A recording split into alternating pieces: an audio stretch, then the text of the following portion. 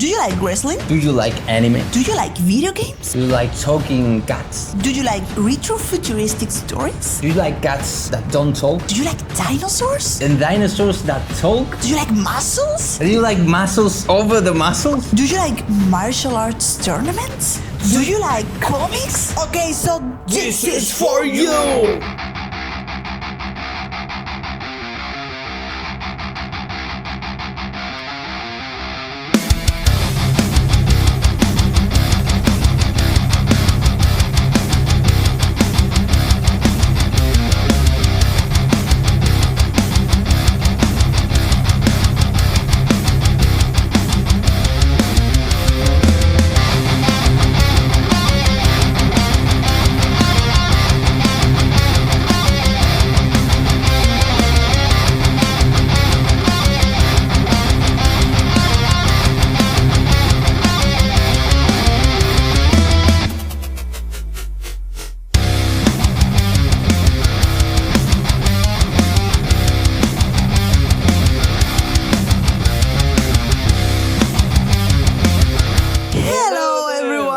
Oh my god, and welcome to Peach!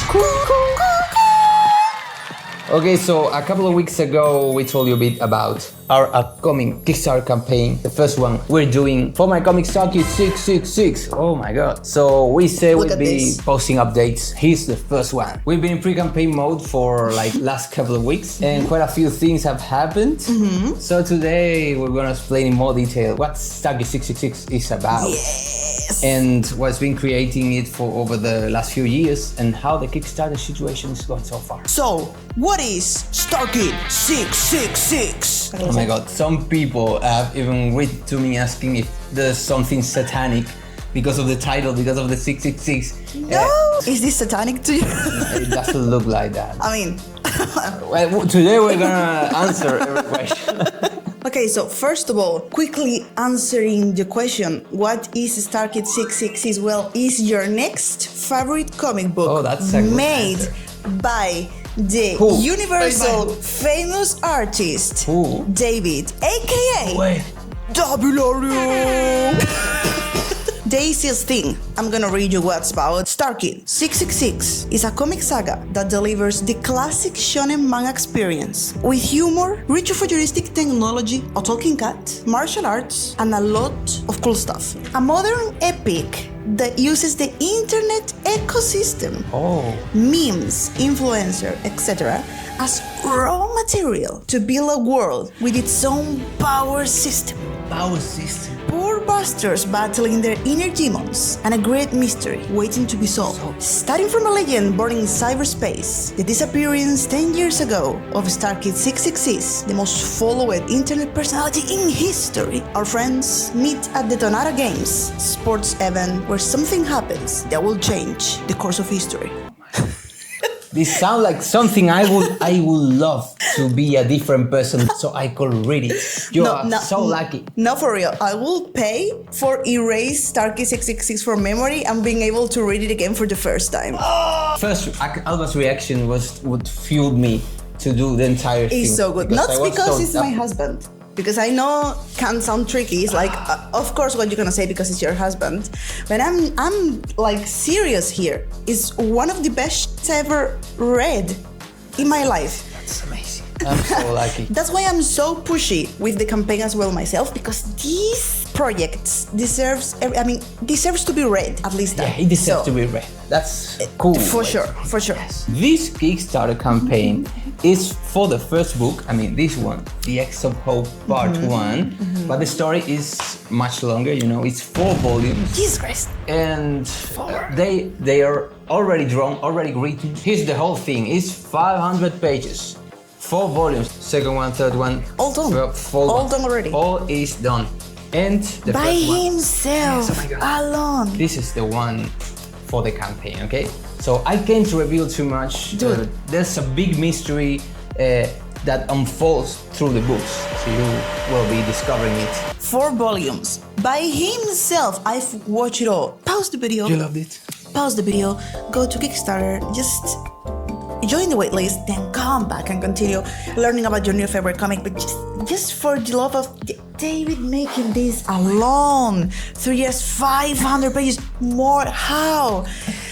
Okay, so just to clarify it a bit, like in this first book, there's a sports competition called the Tornara Games, and there's where the main characters meet. So there's Atala, the girl who is competing this one, and Kim Baobab, her father. He's famous for being the strongest man in the world. He retired like years ago. Now He's the other coach. he's the doctor coach, the coach of Atala, okay? And the two of them don't get along very well because he basically traumatized her from childhood to turn her into a champion like him. Then there's Romeo, little Romeo, Atala's friend, this one. Oh my god, he's here. Who goes to the tournament to watch her compete. And then Romeo and Atala meet this guy called Goro and his cat, Mr. Ibo here. He's a mysterious guy. He's from a distant country, barely speaks and wears a hood.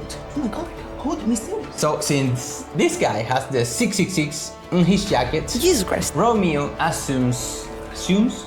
Romeo assumes Believes. he's an STARKID666 fan, like him, because Romeo is the greatest Starker in the world. Who is STARKID666? This guy asks. We don't know. Then, Romeo is in shock. How is this possible that you don't know him? Everybody knows Starkid, so that's not an official STARKID666 jacket. That's when Romeo tells the story of STARKID666, the biggest internet personality of all time, a guy who changed the life of millions of kids and teenagers around the world, but who 10 years ago had an accident in the middle of a live stream and disappeared forever, becoming a legend.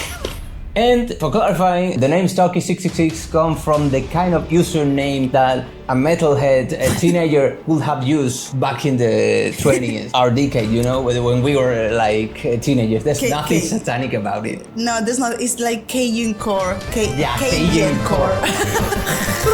So after Romeo tells the story, something happens that I can't reveal, and suddenly everything gets messed up. People go crazy. It's an incident like involving Kim Baobab and the STARKID legends, and Romeo, Atala, Goro, and Mr. Ibo get caught up in something that will change the world forever. You cannot imagine. And that's where they confront the villain, the main villain. That's the Diamond, a character I absolutely love, and I can't wait for you to learn more about. Let's just say that both Goro and Dutch went to the Tornara Games not to watch the competition, but searching for something, like one thing, something no one expected, and that thing has finally happened. Appeared. Me, as a reader, I have to say that the end is the biggest cliffhanger I've ever encountered, because as soon as I read the first volume, I was like, you're joking, like, where is the second volume? You cannot leave me like this. We can show the cliffhanger. No. It's a joke. You have to pay. I decided to create this comic in a moment of maximum frustration, I would say. I can agree, I can confirm. Because for many years I've been like the typical suffering artist. Everything I did felt like it was never good enough, never at the level it should be. As an artist, it's like your taste is always ahead of your skill. Definitely. And at the beginning, it's like this way always. Not even this now. way. I think it's forever, but at the beginning is the worst moment, because you can recognize when something is wrong, but you're not yet capable of doing it right yourself. I think that happens everywhere, because it happens to me in the gym actually as well. I mean, you can recognize a movement, but you are not able to do it. So you can tell to the others like you're not doing it properly, but when you try to do it, it's the same. You cannot do it properly either. Really frustrating. Yeah. So I was in a very dark moment, really frustrated, and we decided to start rewatching Dragon Ball since the beginning. True. And the last time I watched the series was around, I think, 2010. 2010. Like many years ago, so I didn't remember 100% like the whole thing, just from my childhood, but not in a clear way. And since the beginning, when we started to watching again as adults, something in my brain just clicked. And yes, that series that changed me as a kid was about to change me again as an adult. It's the magic. It's the magic of cartoons. Oh my god. Why? Because read works are eternal, are forever. And when you change, they change with you, giving you what you need at each moment of your life. If you are with the eyes open, that's why you have to keep your eyes open. That really happened to me recently with Lord of the Rings. I've been watching it like I don't know how many times One time already. per year, since I'm with you. Now it's reduced. But when I was a kid, it was like One time per day. There was a time when it was one time per day. So I can say that every time I see it differently, and it keeps changing your point of view, and it makes you realize how you changed, because you can remember how you perceived things when you were a kid and how you perceive them now. Yeah. So I think that's the magical part of art. Absolutely. So what did Dragon Ball teach me? Well, it taught me to chill, the joy of chilling. I realized that a huge part of Toriyama's universe was born directly from the joy of drawing. True. That a lot of things made absolutely no sense, but in his world there wasn't a problem because he created it that way. That's also a very David attitude. Right now, I'm a healed new human being thanks to Master Toriyama. Oh my God. Yes, like you can have a feral dinosaur living in the wild, acting like an animal, and then another dinosaur wearing a jacket, talking and working as a salaryman. And the explanation is because it's funny. Because and yes. Such a good sentence. We as an artist, we're allowed to do it sometimes, like because We're the most allowed to do that, and Definitely. sadly, we don't do it as much as we should. We should be doing, like, what the hell? So I decided the time had come to create my own saga and do it that way, because that's the kind of way that resonates the most with me, with the kind of person I am, I think. And I agree. I should also say that it's the first time I've colored something and actually like the result. Yes. No more yellow. No more yellow. Because I'm colorblind, as True. many of you already know. And Alba is the one who helped me I to just- build this no. color palette. I just pointed the way, But and he did. She was the he the walked- lights in the cave. No, he walked the Guiding path me alone, through the and darkness. I'm so proud of him because he did alone. I just pointed the way, but he walked through the path, and he's the one actually making the definitive like palette. I just pointed Thank out you so much, a few things. Alba. Very proud of David. Even colorblinded, he dropped this bomb of color. It's so cool. I like it because it's like It's Lego. really playful. Yes. Looks like an open composition with no order of pure colors, like something remaining like a Pollock. Like when you It's- drop a lot of Lego pieces with no order over a table. It's like And you have- blocks of fun stuff. It's like Lego. I will say Lego palette. I like it. Yes, you did it. Feels like I finally found my own way to color, using my limitations to my advantage. So thank you all. No. Again. Okay, now we're gonna talk a bit about the Kickstarter. First of all, like you already know, Kickstarter waiting list is open. Just Open. go into the description, go into the channel, it's everywhere. You can find the link really easily, it's literally everywhere. If you remember, we did a video just a couple of videos ago where we were going to show you our experience launching this Kickstarter first and then my Kickstarter like at the end of the year. So we're gonna be doing a little bit of update in how the Kickstarter is going. The link is going to appear to the last video we did, so in case you wanna watch it under. Okay, so this past week, at the end of last week, we launched the pre-campaign, and what we feared happened. We said in the previous video this would happen, and we were like 90% sure like it was Yes. gonna happen, and it happened. It happened, no worries. You upload the most amazing, the most time-consuming Yes. thing you ever done, the best post of your life, the coolest one, and of course, nobody watched it. Why? I don't know, because it's not a man in flames jumping out of a cliff, wearing a bikini and a Pokemon hat. I don't know. We all know we are not marketing experts, but after being years on social media, we know that even if a video is the coolest thing in general, or for you, or is the coolest thing, like objectively, it can be the less visible thing you've ever uploaded. So you have to keep this in mind, and you need to think in how to create or present a video that people are not going to scroll in the first second, basically. To give you an idea, maybe David's most liked post on Instagram can be around 100k likes, and this one had like 200 200 200 200 likes. Yes. in the first day. Insane. Tragedy. Obviously, you know, there's things we know that works. For example, fan art always perform better because people feel connected, they recognize the characters, they share it, or even memes because they see themselves reflected and it's like, I'm me, I'm gonna send it to my boyfriend, I'm gonna send it to my friend. So this kind of posts are the ones that get more traffic, obviously. But still, those numbers were a little bit sad.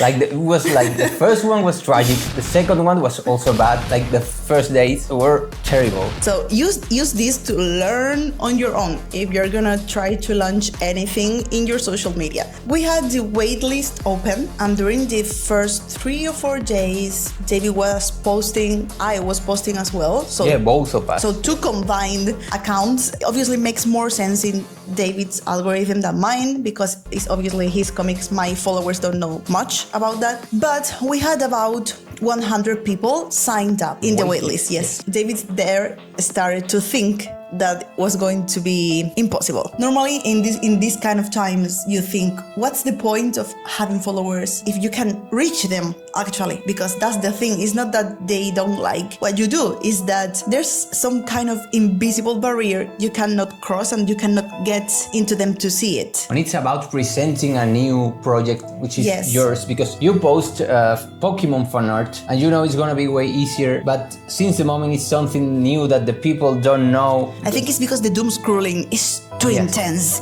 right now and it's really difficult to get to the people that specifically will really want to see that because everything is swamped. But we were lucky because things changed the other day that one reel performed really well. We also uploaded here on Shorts. I'm gonna put the link also here so you can see the difference. People started like finding out about the projects. They started coming into his profile and searching for more STARKID666 things.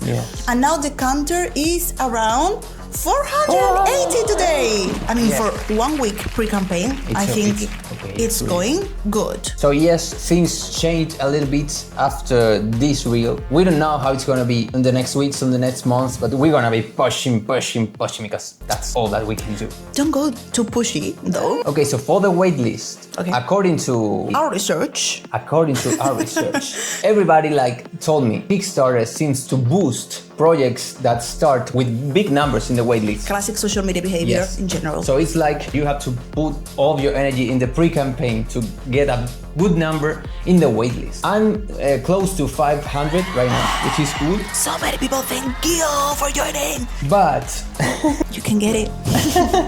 Pause the video and go and join the waitlist.